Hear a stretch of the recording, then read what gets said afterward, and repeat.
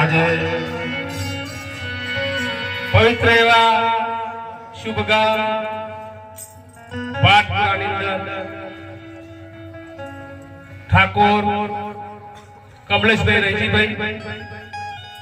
એમના દીકરા અતુલભાઈ તથા એમના દીકરા અમારા રજનીભાઈ અને રજનીભાઈના દીકરા આર્ય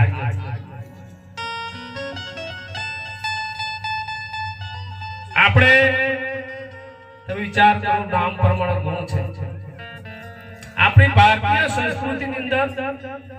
આર્ય એક સંસ્કૃતિ એક ભારતની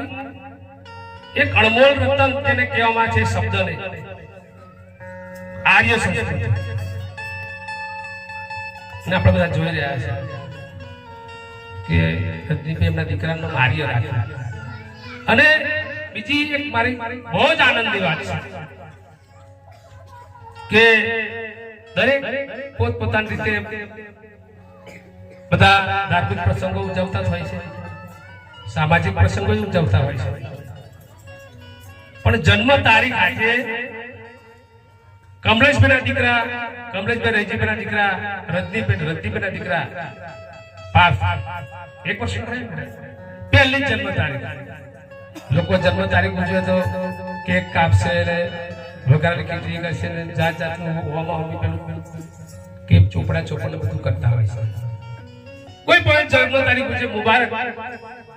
પણ પોતાની જન્મ તારીખ એ રીતે ઉજવવી હોય ભગવાનના દેવ દર્શને જાઓ માતાજીનું હવન કરો નવચંડી યજ્ઞ કરો પશુના સદ ઘરવાળા ભેગા થઈને ભજન કરો અને સરસ પરમાત્માનો થાર કરી અને ઉજવણી કરો તમે વિચાર તો કરો આજે રજનીભાઈ એમના દીકરાની જન્મ તિથિ નિમિત્તે આપણે બધાને પણ આ બોધ લેવા જેવો છે કે બધાને બોધ લેવા જેવો એટલે બધાએ પાઠ કરવો એવું નહીં કહેવા માંગતા એક જન્મ તારીખને એક ધાર્મિક વૃત્તિમાં મેં ફેરવી દીધી કે મારે દીકરાની જન્મ તારીખ હોય મારા વગર પરમાત્માનું અવગુણ કેમ ના હોય મારે ક્યાં પરમાત્માના બેસણા કેમ ના હોય મારે ઘેર પરમાત્માના ઉતારા કેમ ના હોય મારે ઘેર સંતોના ઉતારા કેમ ના હોય મારે ઘેર બેન દીકરીના ઉતારા કેમ ના હોય એ વિચારધારાથી કોઈ પણ વિના સ્વાર્થ વિના આજે એમના દીકરાની જન્મ તારીખ છે અને એ નિમિત્તે અલગ ઘણી શ્રી રામદેવજી ભગવાન જે કૃષ્ણ પૂર્ણ પુરુષોત્તમ જે મર્યાદા પુરુષોત્તમ જેને રામ કહેવામાં આવે છે અને વિષ્ણુ પરમાત્મા કહેવામાં આવે છે અને અખિલ બ્રહ્માંડનો નાથ કહેવામાં આવે છે એવા શ્રી રામદેવજી ભગવાન એમણે સુંદર પાઠનું આયોજન કર્યું છે અને મારા તો અહદન્ય ભાગ છે કે ભાતપુરા તો મારું હૃદયનું સ્થાન છે આપ બધા જાણો છો વિશેષ પર શું કહેવાનું કે આ ભાતપુરામાં મારા ત્રીજો પાઠ છે બેટા પેલા મારા ભગવતસિંહે જો દેવ દિવાળી દિવસે પાઠ કર્યો બહુ આનંદ મંગલથી આજ રીતે બીજી વખત પાછું પુરુષોત્તમ માસનો પાઠ કર્યો અને ત્રીજો પાઠ મારા રતિબેન તો કેટલી આનંદની વસ્તુ છે કે જેણે ભક્તિ આદરી એની દસે દિશા જે પાદરી જેણે લીધું રામનું નામ એનો થયો પૂર્ણ મારે સર્વને બહુ નમ્ર વિનંતી છે કે હવે ભક્તિની બહુ જરૂર છે ધર્મની બહુ જરૂર છે આપણો સમાજ એટલે સંત સમાજ આપણો હિન્દુ સમાજ જાગૃત બને નિર્વસની બને કોઈ પણ વ્યસન જે કંઈ કરતા હોય તો છોડી દેજો મારે વ્યાસ પરથી બે હાથ જોડીને નમ્ર વિનંતી છે બેન દીકરીઓ પણ ઘણા મને જોવા મળે છે કે બેન દીકરીઓ ઘણા પણ વ્યસનો કરે છે બેન દીકરીઓને મારી નમ્ર વિનંતી છે કે ગુટખા ખાતા હોય મસાલા ખાતા હોય જે ખાતા બંધ કરજો ને આપણા પુરુષોને પણ મારી નમ્ર વિનંતી કે ઉપવા બીડી જે કંઈ પીતા હોય માતા પાટના બંધારણ બહુ સરસ છે કોઈ બીડી નહીં પીતી પાટનું બંધારણ જોઈએ પણ અહીંયા કે ના પી પણ ઘેર જઈને ના પીતા એટલે બહુ ઘણી આનંદની વાત છે ધર્મ રક્ષિત આપણે ધર્મનું રક્ષણ કરીશું તો ધર્મ આપણું રક્ષણ કરીશું આપણા વડવાઓએ મંદિરો તૂટતા જોયા છે આજે આપણે આ પેઢી મંદિરો બનતા જોયા છે તમે આપ જાણો છો બધે જ મંદિરો કેવો વિકાસ આપણો ધર્મ કેવો ચાલી રહ્યો છે દરેક માણસ પોતપોતાની રીતે માતાજી નવચંડી યજ્ઞ કરે માતાજીને જવારા કરે પાઠ કરે બધી જ રીતે આપણો ધર્મ બહુ જ આગળ વધેલો છે.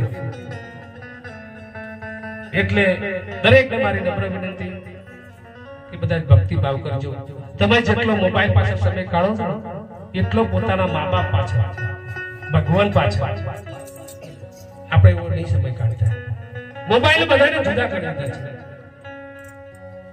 બધાને જુદા કરી દીધા. તમે થોડું વિચારજો મારા શબ્દો. એટલે બાળકોને મોબાઈલ ને બદલે ગીતાજી આપજો. અને ગીતાજી આપણા હિન્દુ ધર્મએ આપવાનું ચાલુ કર્યું. કોઈ એક ફોન ખોલવા તૈયાર નથી.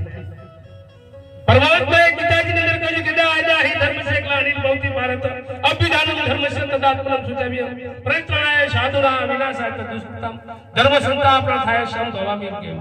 કે હે અર્જુન, કે જ્યારે જ્યારે અર્જુન એક નિમિત્ત બનાવીને સમગ્ર માનવ કલ્યાણને કહ્યું છે કે અર્જુન જ્યારે જ્યારે આ પૃથ્વી પર અધર્મનો ફેલાવો થાય છે, ધર્મનો નાશ થાય છે, ધર્મને હાનિ થાય છે, ત્યારે ત્યારે ધર્મની સ્થાપના માટે અને સંતો ભક્તો અને વિદ્વાન પુરુષના રક્ષણ માટે હું યુગે યુગે અવતાર ધારણ કરું. બીજો એક સુંદર પરમાત્મા પોતે બોલ્યા છે કે હે અર્જુન, તું બધા જ ધર્મો છોડીને મારે શરણ આવે. બધા જ ધર્મો એટલે બધા ધર્મો એટલે કોઈ સંપ્રદાયની વાત નથી કરી કે આપણી જે અંધશ્રદ્ધા છે, આપણી જે કુટેવો છે, આપણા કુસંસ્કાર છે, આપણે શું ખાઈએ છે, આચાર વિચાર વિહાર, એ બધું જ છોડીને તું મારા શરણે આવી જા, હું તારો ઉદ્ધાર કરી દઈશ. આ પરમાત્મા પોતે બોલે છે. ગીતાજીનું આટલું માધ્યમ કેમ છે? ભગવદ ગીતા એટલે પરમાત્મા પોતે બોલે છે. અત્યારે આપણે એક પણ ફોન ખોલતા નથી. માનવ દેહની અંદર 33 કોટી શક્તિ